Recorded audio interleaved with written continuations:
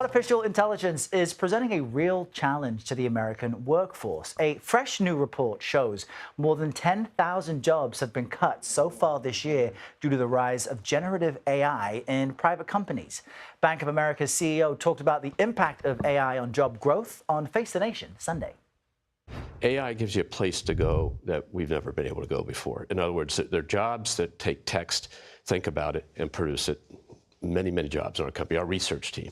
Now you're able to maybe use a machine to enhance that activity. So we believe that people who harness AI for their benefit are going to be very successful. CBS News Money Watch reporter Megan Cerullo joins us now in studio to talk about all of this. Megan, good morning. A warm welcome. Great to have you here. So 10,000 jobs lost. You also wonder, are any... First off, with a lot to unpack here. This is I can't say I'm shocked by any of this that's coming out. We all knew, I think, at some point, especially in our gut, that this was going to happen. And I think they were trying to quiet us down a lot and saying, and by they, I mean like a lot of companies, tech companies and firms who are making a lot of software and automation to like do away with menial jobs. And I don't say that to be like, disrespectful or anything, but you know, I, I think they're going to try to, or they are, I should say they are, taking away a lot of those entry level jobs. Even if you were younger back in the day when you used to be able to get a job at your fast food restaurant and you making fries or whatever. Well, those they are making robots to be able to do that type of task now. I think saw another video too that had um, I don't know what restaurant or chain it was, but someone pulled up and they're saying a lot of your orders now are being taken by AI. Um, I don't know what you call them, AI bots. And even when you go into the restaurant, you can do the touchscreen and all that's like automated. So they're trying to scale back on their labor force. And I will tell you, as the saying goes, the way to keep profits up is to keep wages down.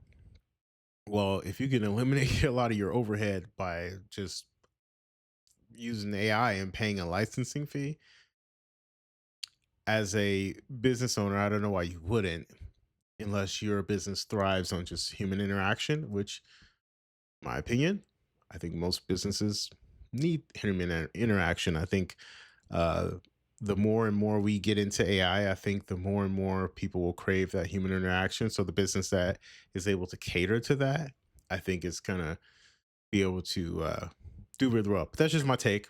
Don't forget to like, subscribe, comment, and share. Let's unpack this video and find out who else is getting laid off here. jobs being created, but which roles are most at risk right now? Who's really being hit hardest? We've been talking for a while now about AI's potential to take over jobs. It's no longer a possibility or a likelihood, it's a reality. This new report from Challenger Gray and Christmas, an outplacement firm, shows that so far this year, so for the first 7 months of 2025, employers cut 10,000 jobs, and they attributed those cuts directly to AI. Not surprisingly, a lot of the job cuts are concentrated in the tech sector because AI is good at things like coding. It's also good at the kinds of rote, repetitive tasks that are usually associated with entry-level work, which is making it harder for some recent college graduates to land their first jobs out of school. I mean, for Gen Z and I guess younger millennials, they have just had a really tough time with the world. I mean, if they're just now graduating or they've just started at a new job and they're in the tech sector, which they have been told forever is going to bring them riches and success, what are they experiencing right now? Right. Well, some of them might be having concentration remorse. By that, I mean regretful for having concentrated in these subjects that they thought would provide them a lot of opportunities for jobs. What they're finding At this point, you can no longer afford. Well, I don't think you ever could afford to get a degree and not get a degree in something that's going to be beneficial in the marketplace.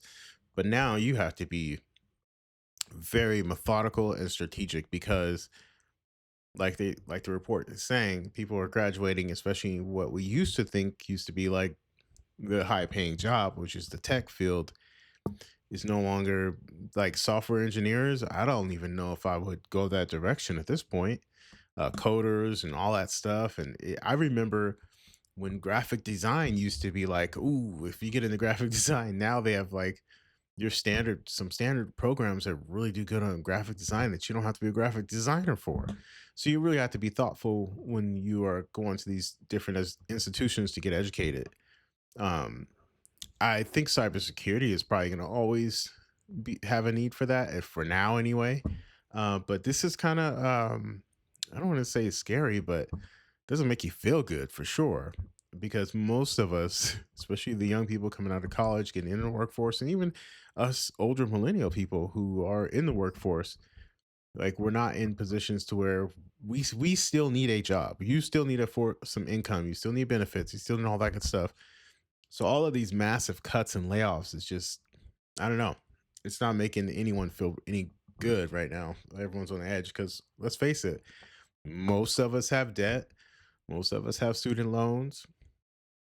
And now more than ever, I think being smart and getting educated on your financial literacy is a must. I don't think it's something that you could take for granted anymore because I just think the window is closing on opportunity to even have like probably a decent to good paying job. Um, and this is, I'm not trying to be alarmist or anything like that, but I think it's better to know what's coming at you or what's already here rather than to find out before it's too late. Finding is, according to the One Career platform, job postings for recent college grads are down 15%. Meanwhile, applications for those same jobs are up 30%. Wow. So they're finding that it's even harder. It was hard to begin with. It's even harder to land that first job out of school. Now, you mentioned this report specifically cites AI as the reason for the job losses, but we talk so much about government cuts, tariffs as well, all these other forces on the economy. How much of that is also weighing down people?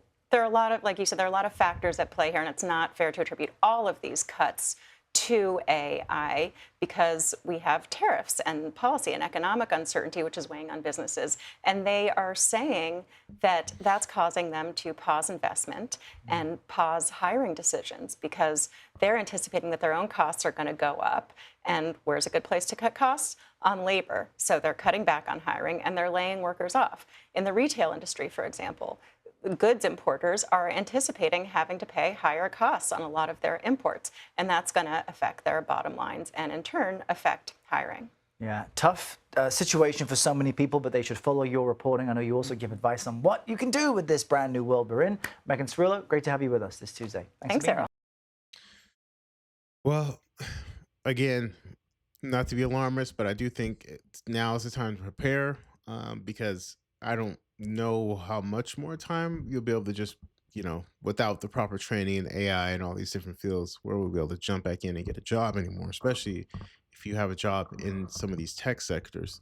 There was an interview. I'll have to find it and maybe I'll do a reaction video to it. But not Steve Jobs, jeez, Bill Gates had said in his mind some of the first jobs that'll be affected are teachers and lawyers. I mean, I use AI, and what I could tell you is for my industry, even doing reports, I even know some therapists that use AI. Obviously, not to give therapy, but even to help with notes and such. That everyone's raving about it, and I will tell you, some of the reports that I even work on, it's been able to like, you still have to know what you're doing, be able to prompt it correctly. But the fact that once you can tell it, it's making you like a superhuman. I mean, it's crazy. So you can get through things a lot faster and more efficient. And I think that's what's the initial purpose of the AI is to make you be efficient at the tasks that you don't want to do. Those are the tasks that you can you would throw at an assistant or something like that. It's basically going to be your assistant. So I don't know. Let me know what you guys think in the comments, and don't forget to like and subscribe. And like I always say, hit the like button on the way out. All right, take care.